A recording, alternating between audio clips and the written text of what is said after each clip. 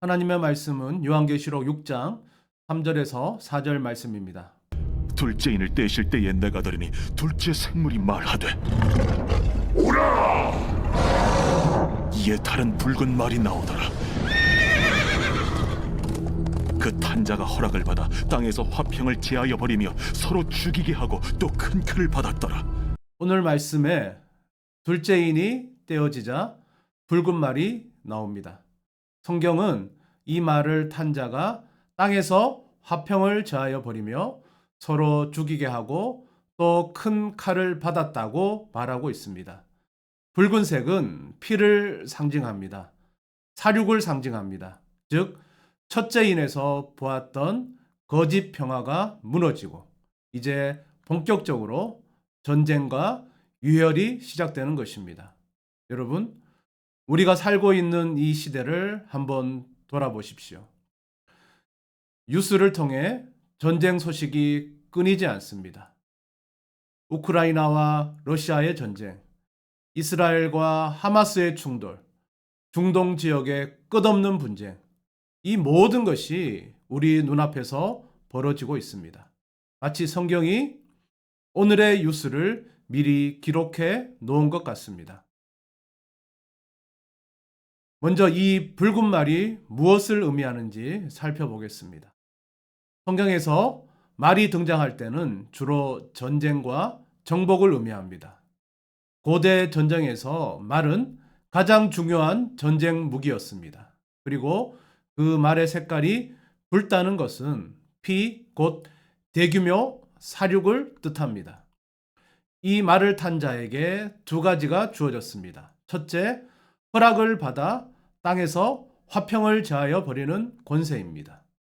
그리고 둘째, 큰 칼을 받았습니다. 여기서 중요한 것은 허락을 받아라는 표현입니다.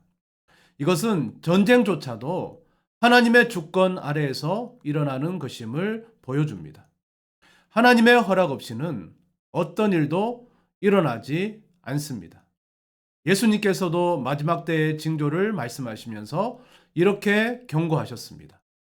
민족이 민족을, 나라가 나라를 대적하여 일어나겠고 곳곳에 기근과 지진이 있으리니 이 모든 것은 재난의 시작이니라. 재난의 시작이라고 하셨습니다. 끝이 아니라 시작입니다. 그만큼 앞으로 더 큰 일들이 벌어질 것이라는 경고입니다. 실제로 지난 100년간의 전쟁을 보십시오. 제1차 세계대전에서 약 1700만 명의 목숨을 잃었습니다.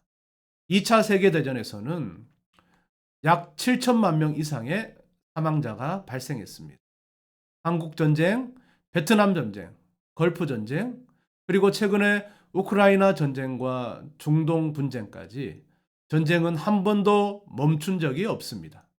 핵무기, 생화학 무기 등 인류를 전멸시킬 수 있는 무기까지 등장했습니다.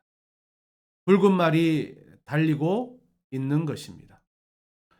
이 사륙의 시대 속에서 교회는 그리고 우리 가정은 과연 무엇을 해야 할까요? 첫째, 교회는 평화를 빼앗기지 말아야 합니다. 본문에서 붉은 말을 탄 자는 화평을 제하여 버린다고 했습니다.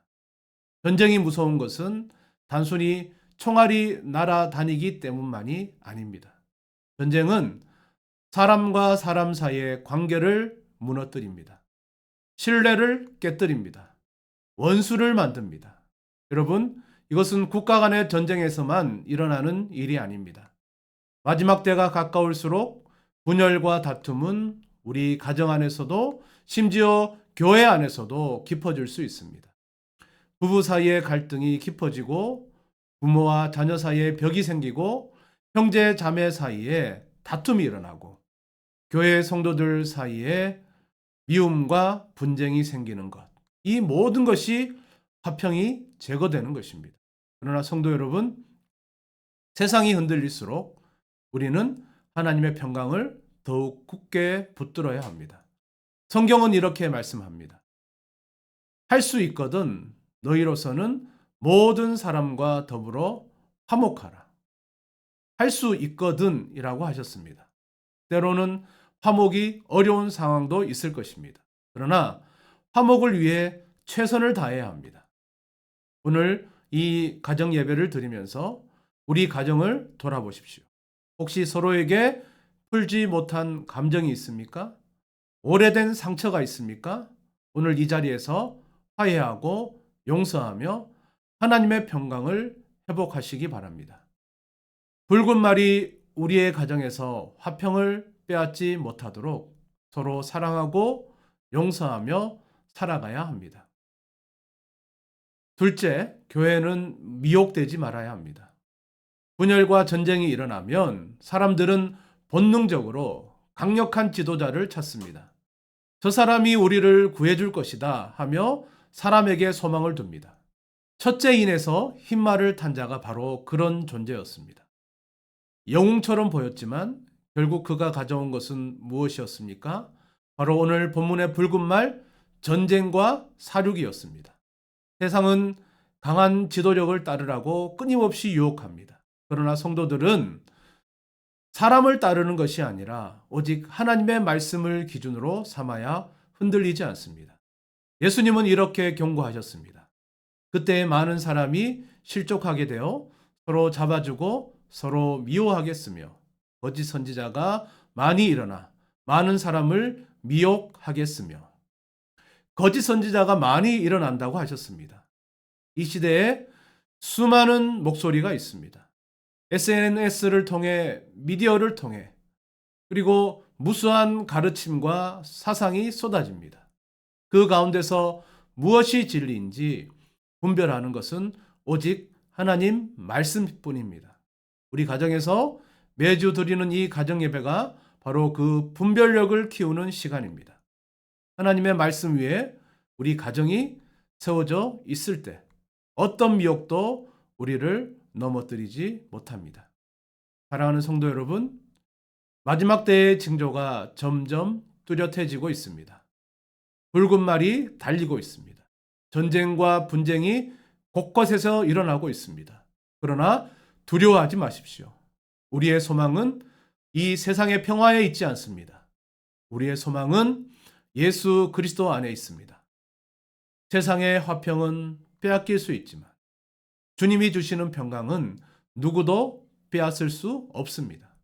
예수님은 평안을 너희에게 끼치노니 곧 나의 평안을 너희에게 주노라. 내가 너희에게 주는 것은 세상이 주는 것과 같지 아니하니라. 너희는 마음에 근심하지도 말고 두려워하지도 말라고 말씀하셨습니다. 오늘 이 가정 예배를 통해 우리 가족 모두가 이 고백을 함께 하시기 바랍니다. 세상은 흔들려도 우리 가정은 흔들리지 않겠습니다. 왜냐하면 세상의 반석은 예수 그리스도이시기 때문입니다. 우리의 가정이 평화를 지키는 가정, 미혹에 흔들리지 않는 가정, 생명을 살리는 가정으로 세워지기를 주님의 이름으로 축원합니다. 함께 기도하겠습니다. 주님, 전쟁의 분쟁이 끊이지 않고 평화가 빼앗기는 이 시대를 살아가고 있습니다. 그러나 우리가 흔들리지 않고 하나님의 평강을 지키며 생명을 살리는 교회가 되게 하소서. 우리 가정 안에 화평을 주시고 서로 사랑하며 용서하는 가족이 되게 하소서. 어떤 미혹에도 넘어가지 않고 오직 예수님만 구원자 되심을 믿으며 사는 가족이 되게 하소서. 이 세상의 어둠 속에서 빛이 되고 사망의 그늘 속에서 생명을 전하는 우리 가정이 되게 하여 주옵소서. 예수님의 이름으로 기도드리옵나이다. 아멘.